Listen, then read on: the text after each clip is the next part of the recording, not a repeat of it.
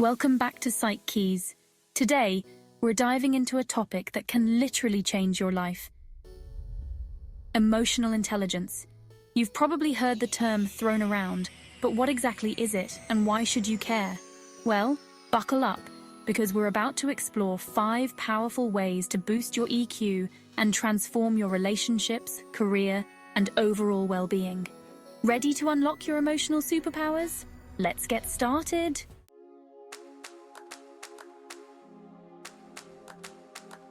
First up, let's talk about self-awareness, the foundation of emotional intelligence. This isn't just about knowing you're happy or sad. It's about understanding the intricate landscape of your emotions, thoughts, and behaviors. Imagine you're in a heated argument with a friend. Your heart's racing, your fists are clenched, and you're about to say something you might regret.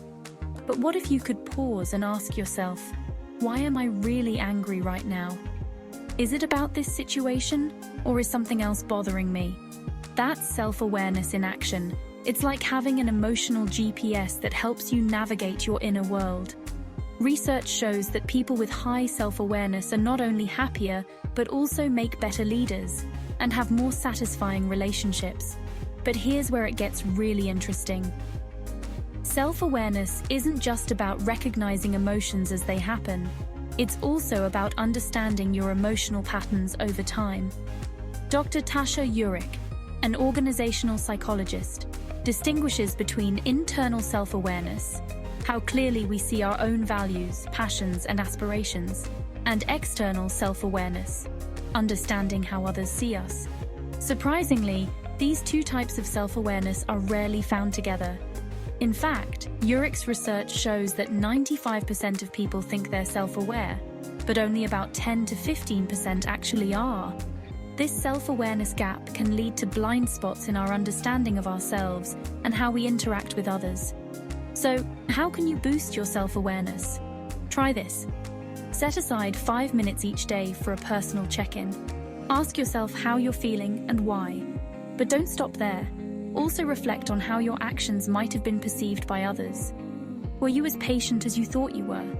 Did your helpful advice come across as criticism? This dual focus can help you develop both internal and external self-awareness.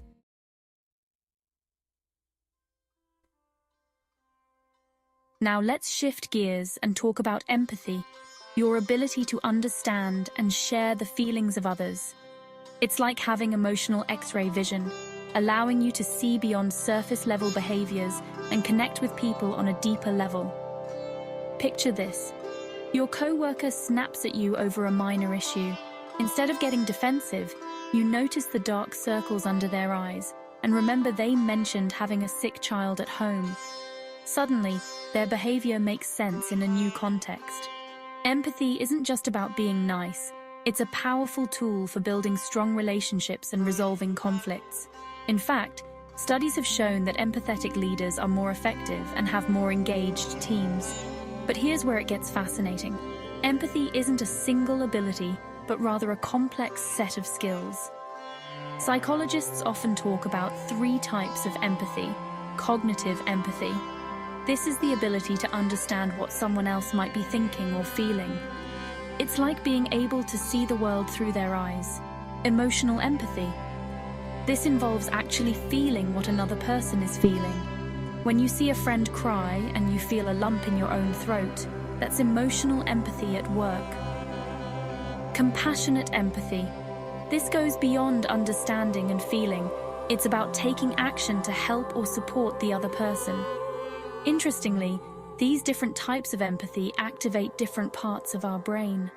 Cognitive empathy lights up areas involved in perspective taking, while emotional empathy activates regions associated with mirroring others' emotions. And remember, empathy isn't about agreeing with everyone or taking on their emotions as your own. It's about understanding and acknowledging their perspective, even if it's different from yours. This balanced approach to empathy can lead to more meaningful connections and more effective communication.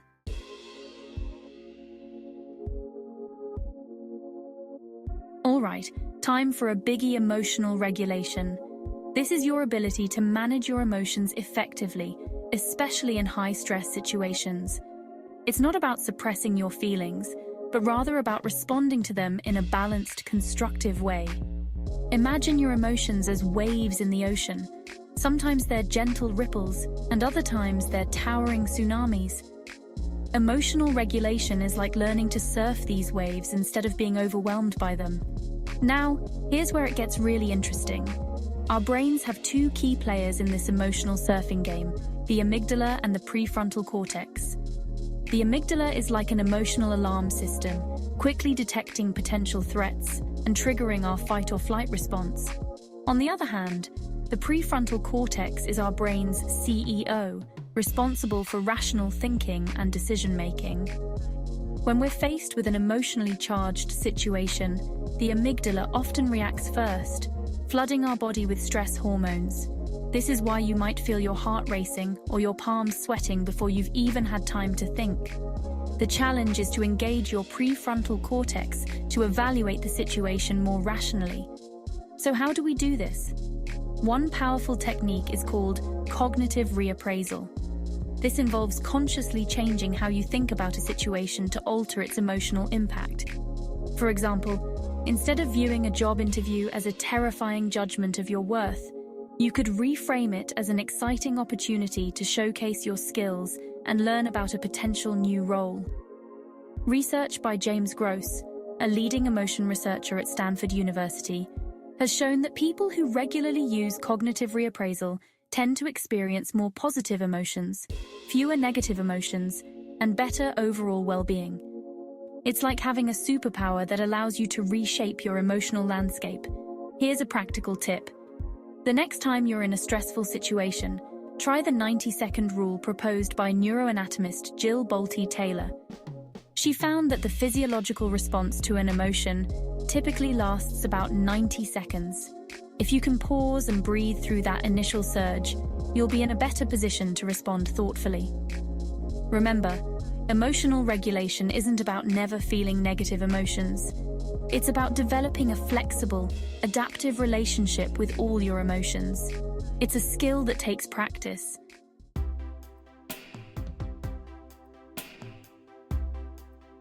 Now let's talk about social skills, the art of navigating social situations and building strong relationships. This isn't about being the life of the party. It's about communicating effectively, resolving conflicts, and creating positive interactions. Imagine you're in a team meeting, and two of your colleagues are butting heads over a project direction. With strong social skills, you might be able to step in, acknowledge both perspectives, and guide the conversation towards a compromise. This not only resolves the immediate conflict, but also strengthens team dynamics. But social skills encompass much more than just conflict resolution. They include active listening. This involves fully concentrating on, understanding, and responding to what someone is saying, rather than just passively hearing. Non-verbal communication. Understanding and effectively using body language, facial expressions, and tone of voice. Assertiveness. Expressing your needs and opinions clearly and respectfully, while also respecting others' rights and feelings. Collaboration. Working effectively with others towards a common goal. Research has consistently shown that people with strong social skills are more successful in both their personal and professional lives. They tend to have larger networks, more satisfying relationships, and are often seen as natural leaders. Interestingly, a study published in the Journal of Personality and Social Psychology found that social skills can be even more important than cognitive ability in predicting career success. The researchers followed individuals over a 50-year period and found that those with better social skills in childhood had better job outcomes as adults, regardless of their IQ or socioeconomic background.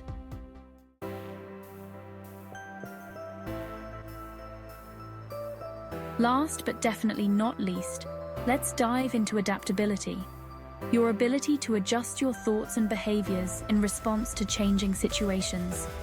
In our fast-paced, ever-changing world, this skill is more crucial than ever. Think about the last time you faced a major change, maybe a job loss, a move to a new city, or the end of a relationship? How did you handle it? Adaptable people are able to roll with the punches, see opportunities in challenges, and bounce back from setbacks more quickly. But adaptability isn't just about big life changes. It's also about being flexible in your day-to-day interactions and problem-solving. It's about being open to new ideas, willing to learn from mistakes, and able to pivot when your original plan isn't working. A fascinating study published in the Journal of Applied Psychology followed people over several decades and found that those who were more adaptable not only achieved more career success, but also reported higher levels of life satisfaction and well-being. The researchers found that adaptable individuals were better able to cope with stress, more likely to seek out new experiences, and more resilient in the face of setbacks. Neuroscience gives us some insights into why adaptability is so powerful. When we encounter new situations or learn new skills, our brains actually change, a process known as neuroplasticity. The more we practice being adaptable, the more we strengthen these neural pathways, making it easier to be flexible and resilient in the future. So, how can you become more adaptable? Remember to reframe challenges as opportunities. When faced with a setback, ask yourself, what can I learn from this? How might this situation help me grow? This shift in perspective can turn obstacles into stepping stones for personal development. Becoming more adaptable doesn't mean you have to love change or that you'll never feel stressed by new situations. It's about developing the confidence that you can handle whatever life throws your way and the openness to see the potential in every situation.